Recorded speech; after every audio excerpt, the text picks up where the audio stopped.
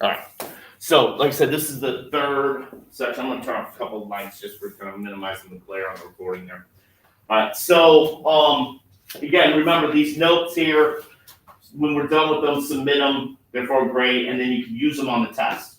All right. And so, all our tests, with the exception, well, we'll see. With generally the exception of the Constitution test, but we'll play it by ear. Things may change over time here, but you get to use your notes on all the tests. All right. So it's beneficial to kind of basically do these notes. All right, because they'll help your grade, and they're most of your grade, with the exception of the test. But then they make the test a lot easier. All right. So this first chapter is just kind of an introduction chapter.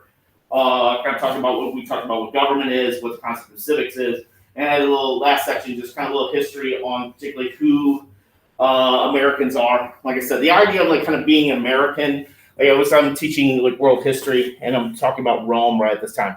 It's relatively there's some comparisons with that, because kind of being Roman and being American were like basically the basis on the idea of kind of citizenship.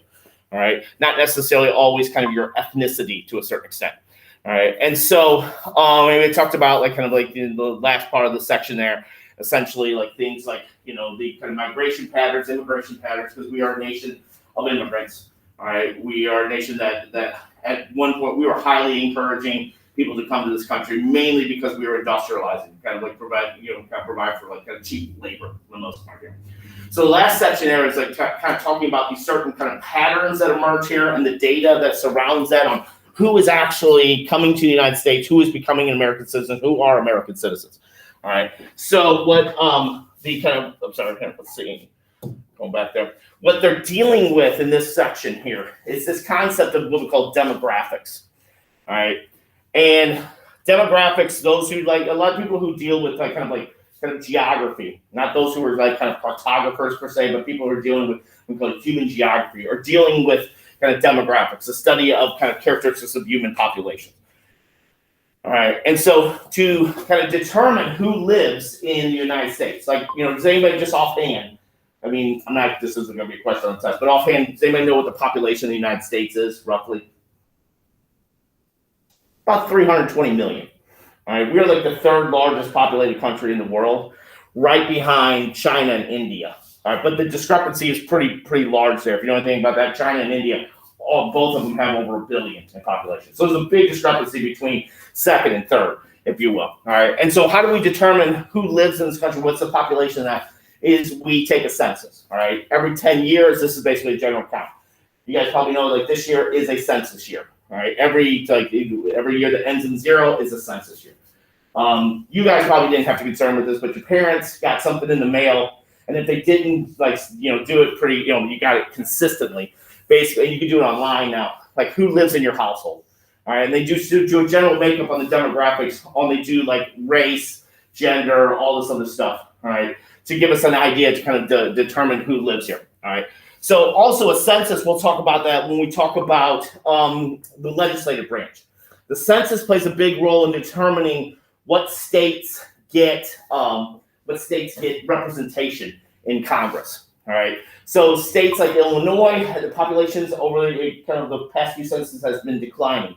So their number of representatives have been declining. So it plays a big role in kind of representation. All right. So again, you have numerous kind of these kind of maps. So this is the general population map of the United States. The darker the red, the more population. So if you look at this map and you get a general idea, where's the largest probably concentration of population in the United States? What's that? Florida. You look at Florida, right? Yeah, down here. What city do you think is down here? Miami. Good. All right. What else? East Coast. Yeah, the East Coast, right? Kind of stretching from what they call Boston all the way down to D.C. They call that a megalopolis. All right, where you have a multiple number of kind of large kind of populated centers there. So much so, like New Jersey, like the amount of rural area in New Jersey probably has the lowest amount of rural kind of areas in the country, because most of New Jersey's are part of the metropolitan area of New York City or Philadelphia. All right, and then you get to determine out here lower populations. All right, population densities and stuff like that. So places like Wyoming. All right, you see Wyoming's almost entirely in white there. All right, so this is essentially the demographics that we see based on population. All right. And so there's a number of factors, kind of like, how do we grow? How does the population of the United States grow and contrast and stuff like that, all right? So we have, and this is not just with the United States, this is with other places as well, like what we call, the United States is what we call an industrialized nation. Basically, the economy is based generally on industrialization in the kind of 1800s into the part of the 20th century there. Now we're moving more into the information age. But we see a natural increase, where with the natural increase is where the birth rate is greater than the death rate. All right? And these are pretty simple terms to kind of figure out. Birth rate is the annual number of births per 1,000 members of population, and then death rates is the annual kind of deaths per 1,000.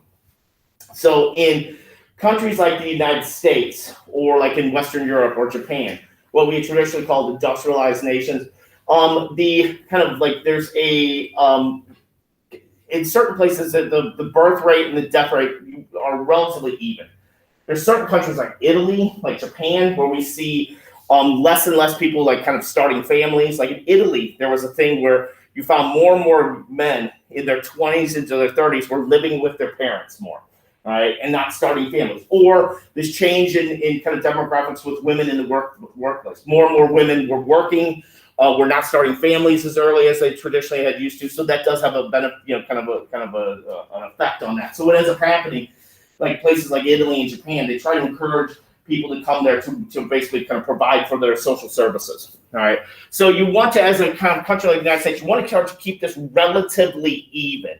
All right. If one of them gets out and kind of goes out of whack a little bit, then you have some issues down the line, particularly when it comes to things like Social Security and such. All right. Also, adding new territory, which history, if you guys probably sophomores next year probably take U.S. history in that. There's this kind of concept of manifest destiny that we had in kind of American history, kind of adding population as we move west, and then kind of getting involved in the age of imperialism. Annexing is taking over new lands and peoples and such.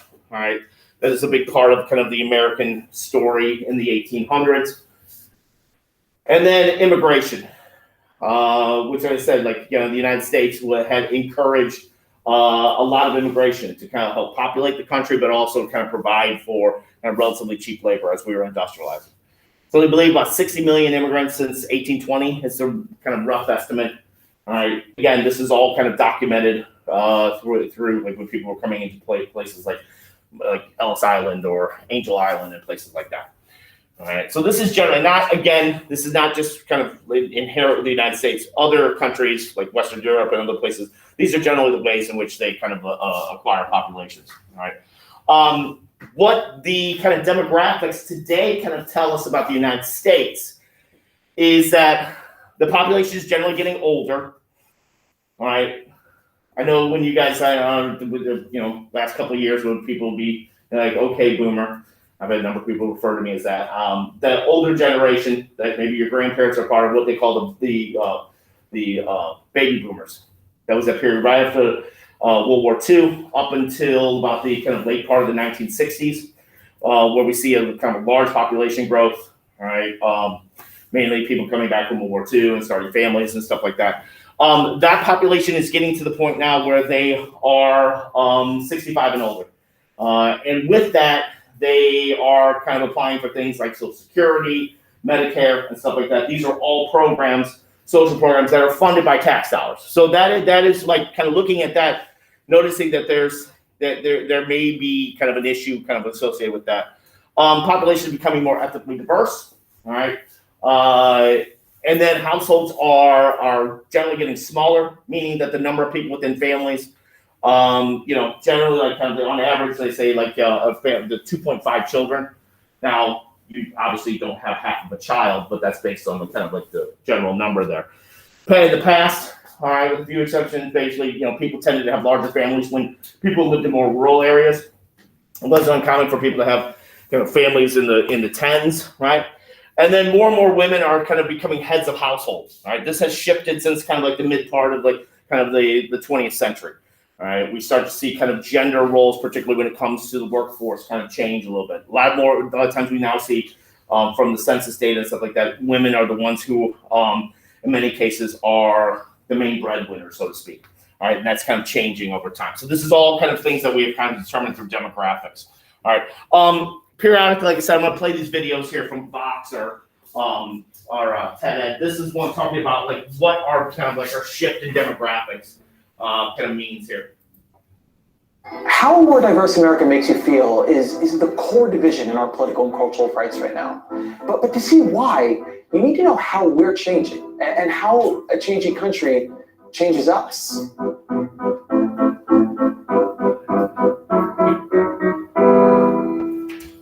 Here's the big picture. The US is at a demographic tipping point, a genuinely historic moment. 2013, it was the first year that the majority of US infants under the age of 1 were non-white. By 2016, white deaths had outnumbered white births, but America's overall population, it's not expected to decrease.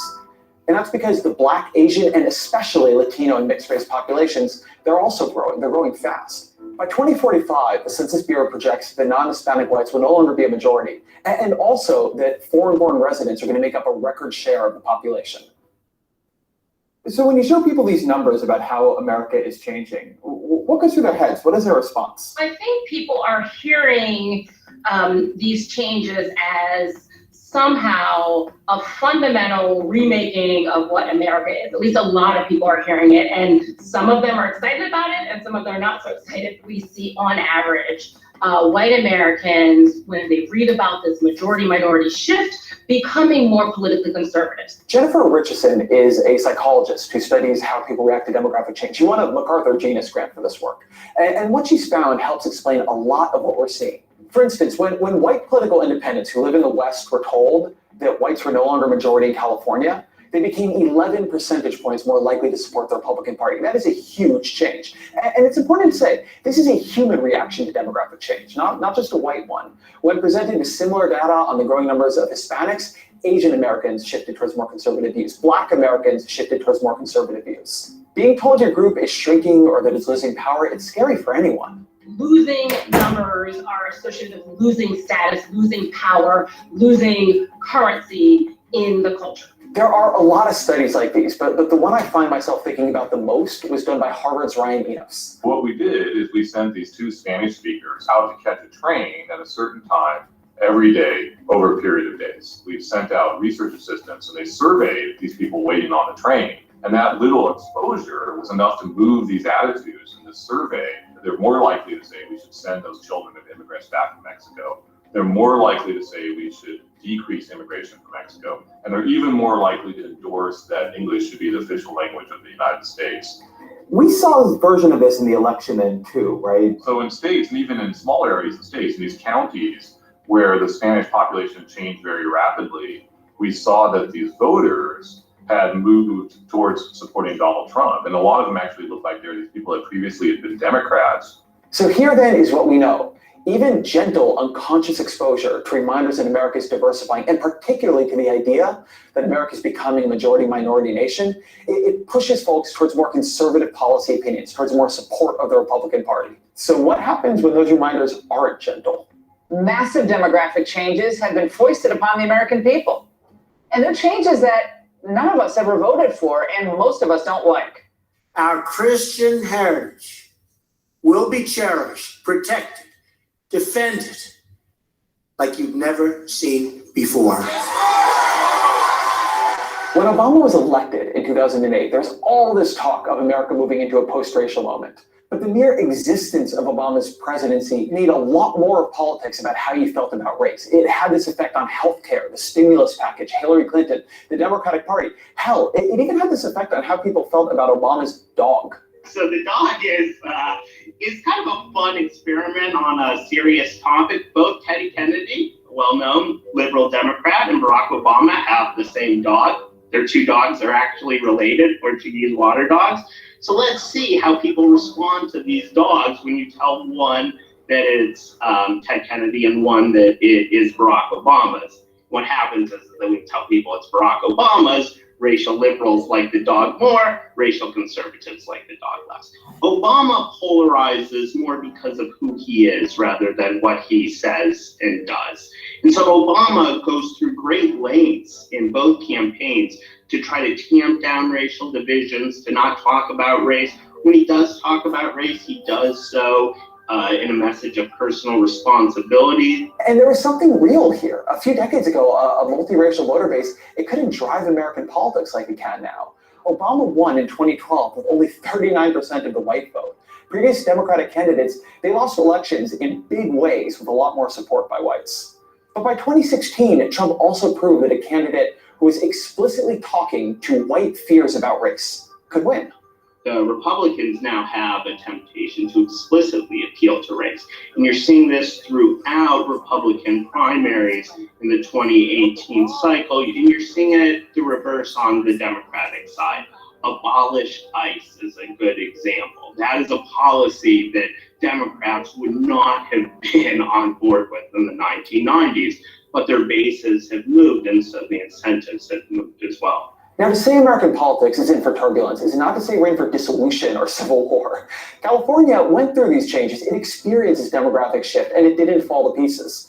But leading up to that, there was a lot of friction. Voters passed racially charged propositions targeting undocumented immigrants. They banned affirmative action. They restricted bilingual education. But we also know, right, there are states that have large populations of racial minorities, largely Black Americans, but they're growing in Latinos that are incredibly unequal in every way, right? So the question is, we want to think, oh, it'll work out, look at California, but it could also work out and be Mississippi. As the browning of America continues, the cycle of hope about the future activating fears about the present, it's just going to keep going. In that, politicians who can articulate a vision of this future that is inclusive and inspiring and unthreatening, that very mixture Obama sought in 2008, they could reap massive rewards. But as long as much of the country feels threatened by the changes they see, there's also going to be a continuing and maybe even a growing market for politicians like Donald Trump. Now, obviously, this video was made before the last election that we had here, but demographic shifts do kind of mean something when it comes to kind of political ideology, if you will.